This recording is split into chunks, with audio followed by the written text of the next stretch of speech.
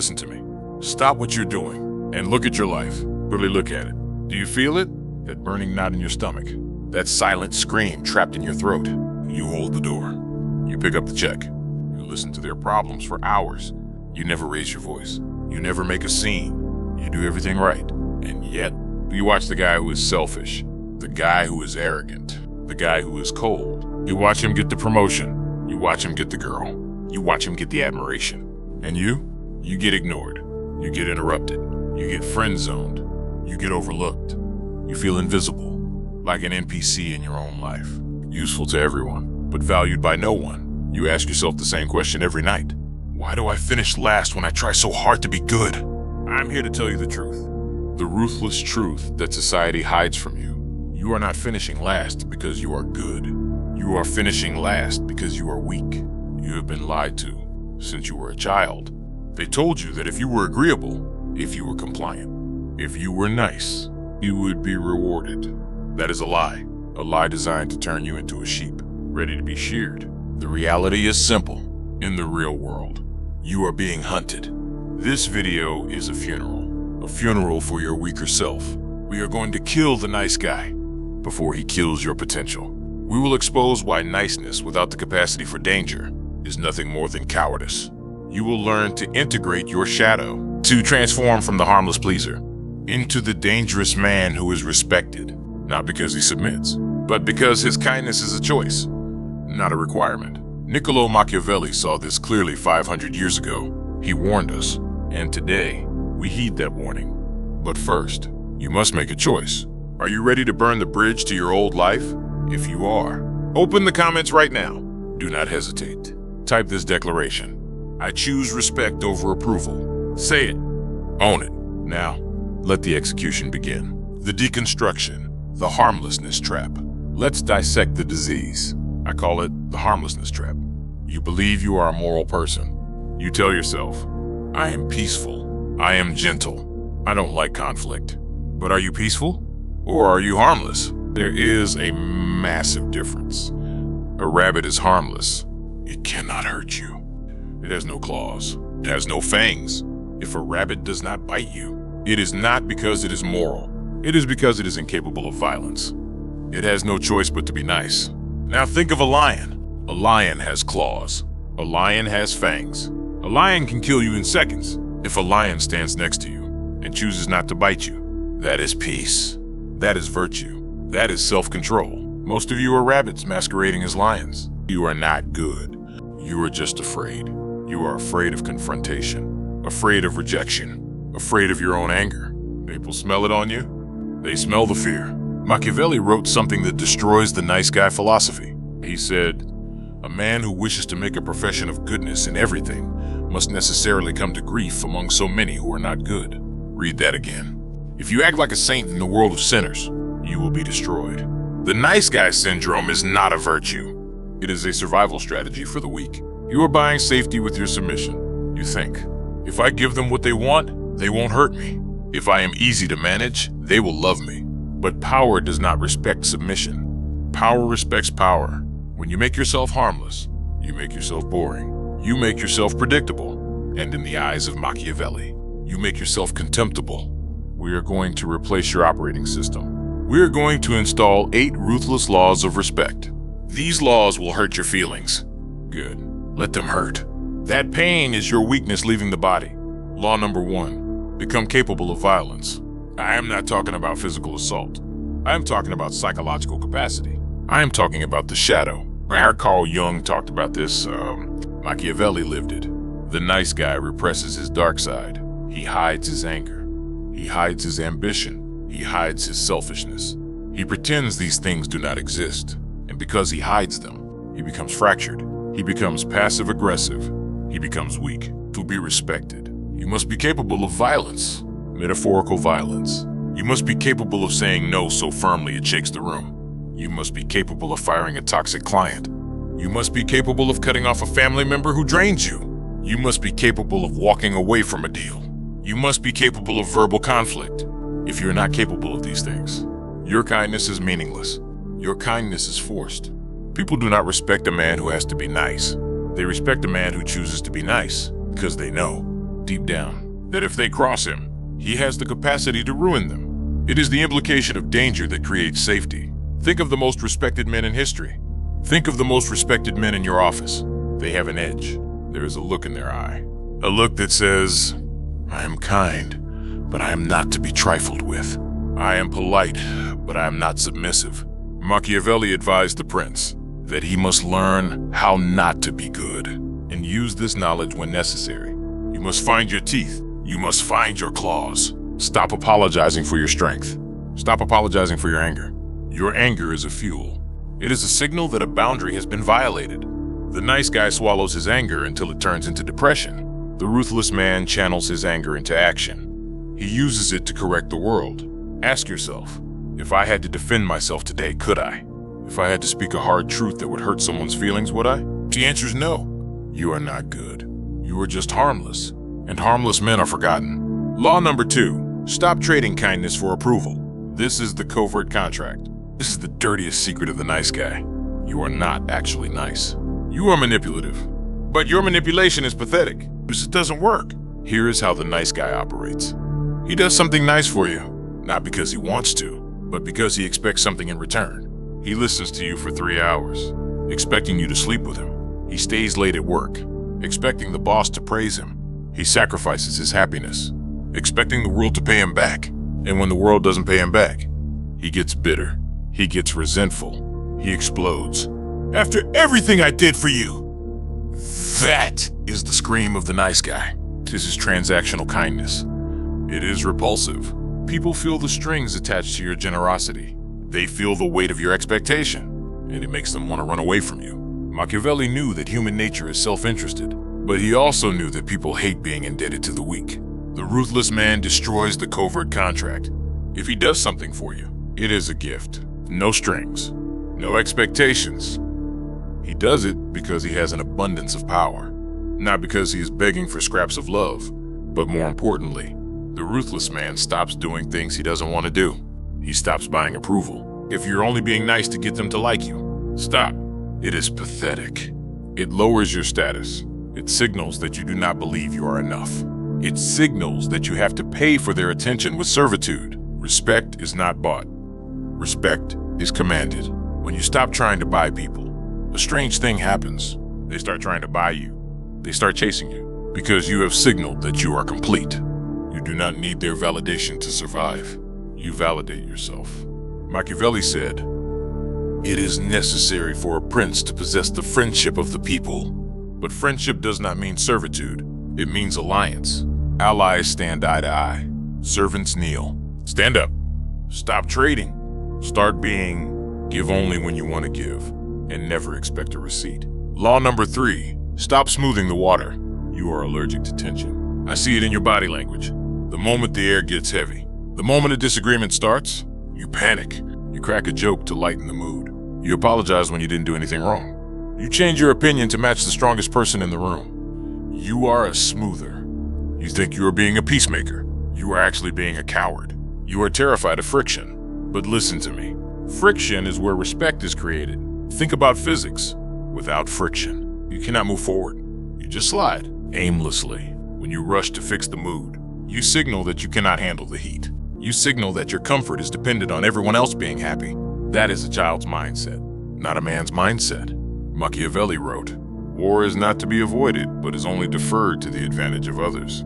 Conflict is a form of war, social war. When you run from it, you don't escape it, you just postpone it. And you give the advantage to your enemy because they know you will fold. They know that if they just hold the silence a little longer, if they just stare at you a little harder, you will break. You will give them what they want just to end the awkwardness. Stop smoothing the water. Be the rock. Let the water crash around you. Let the awkward silence sit there. Let it rot. Let the other person feel the weight of it. If you disagree, state it. And then shut up. Do not laugh nervously afterwards. Haha, but that's just my opinion. No, kill the nervous laughter. It is the sound of submission. When you can sit in the fire of conflict without burning, people look at you differently. They realize you are solid. They realize you cannot be bullied by atmosphere. The nice guy seeks comfort. The ruthless man seeks truth. And truth is often uncomfortable. Embrace the discomfort. That is where your power lives. Law number 4, starve them of information. The nice guy has a fatal flaw. He talks too much. He overshares. He vomits his insecurities onto everyone he meets. He thinks this is vulnerability. He thinks this builds connection. If I tell them everything, they will trust me. Wrong. If you tell them everything, they will use you, or they will get bored of you. Familiarity breeds contempt. Machiavelli knew this better than anyone.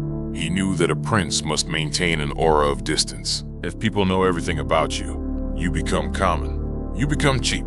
You become a puzzle that has already been solved. And once a puzzle is solved, it is thrown back in the box. The nice guy explains himself constantly. He explains why he is late. He explains why he is tired. He explains why he likes what he likes. He is desperate to be understood. Stop it. Starve them. Make them wonder. Make them guess. When you are silent, people project their own fantasies onto you. They assume you are smarter than you are. They assume you are more dangerous than you are. They assume you are more powerful than you are. Your silence is a canvas. Let them paint their own fears and respects upon it. Look at the person who commands the room. Are they the one babbling in the corner? No. They are the one listening, watching, calculating, and when they finally speak, it matters, because they haven't diluted their power with endless noise. Machiavelli said, "Everyone sees what you appear to be. Few experience what you really are. Keep the really are for the elite few. For the rest, give them the appearance. Give them the mask. Protect your inner world. Your trauma is not for public consumption. Your dreams are not for public critique. Your plans are not for public debate. Conceal your intentions. Move in the shadows. And strike only when you're ready." Law number 5, kill the yes reflex. This is the most mechanical change you must make, but it yields the highest return. You have a reflex, a knee-jerk reaction. Someone asks you for a favor, and you say yes before your brain even processes the request. It is automatic. It is a slave subroutine running in your mind. Can you help me with this? Yes. Can you stay late? Yes. Can I borrow this? Yes. Your yes has become worthless because it is free. It is like printing too much money. Inflation destroys the value. If you say yes to everything, your yes means nothing. But your no defines you. Your no draws the line where you end and the world begins. The nice guy thinks no is mean. The ruthless man knows no is necessary.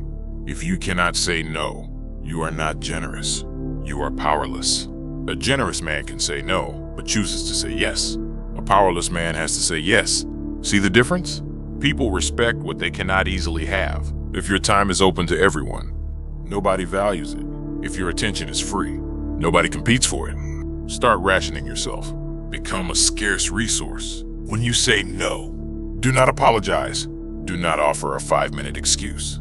I can't because my grandma is sick and my car broke down. Pathetic. Just say, well, I can't do that. That doesn't work for me. No. The period at the end of the sentence is a weapon. Use it. Machiavelli advised that a ruler should not worry about incurring the charge of miserliness. Being stingy with your time is the only way to build an empire. Watch what happens when you start saying no. Some people will get angry. Good. Those are the parasites. They're angry because they can no longer feed on you. Let them starve. But the people who matter, the people of quality, they will respect you more. They will see a man who has a spine, a man who has a mission, a man who values himself enough to protect his territory. Your no is the gatekeeper of your soul. Stop leaving the gate open. Law number 6, judge by actions, not intentions. The nice guy lives in a fantasy world. He judges people by what they say, not what they do. He forgives betrayal because they didn't mean it. He stays in toxic relationships because they have a good heart. He lets people disrespect him because they're just having a bad day. This is delusion. This is weakness, masquerading as empathy. Machiavelli was a realist. He looked at the world as it is, not as it should be. He said, "Men judge generally more by the eye than by the hand, for everyone can see and few can feel." You need to become cold in your assessment of others. Stop listening to their words. Words are cheap. Words are lies. Look at their hands. What are they doing? If they disrespect you, it doesn't matter if they love you. They're disrespecting you. If they betray you, it doesn't matter if they are sorry. They are a traitor. The ruthless man believes patterns, not apologies. The nice guy gives second chances, and third chances, and fourth chances, and he gets burned every time. The ruthless man gives one chance, maybe two, but never three. When you stop making excuses for people, you reclaim your reality.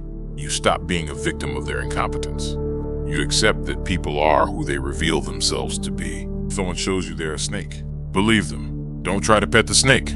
Don't try to understand the snake's childhood trauma. Just cut the head off or walk away. This level of clarity is terrifying to the nice guy because it means he has to take action.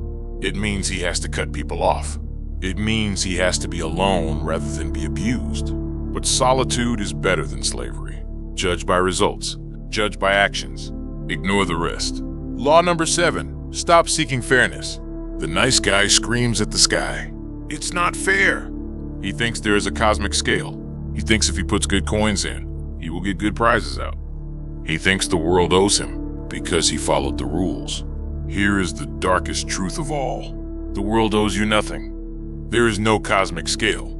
There is no referee blowing the whistle when someone cheats you. Fairness is a concept invented by the weak to restrain the strong. In nature, there is no fair. There is only power and survival. Machiavelli laughed at the idea of fairness. He knew that fortune is a woman, and she favors the bold, not the fair. Stop waiting for justice. Create it. Stop waiting for your turn. Take it.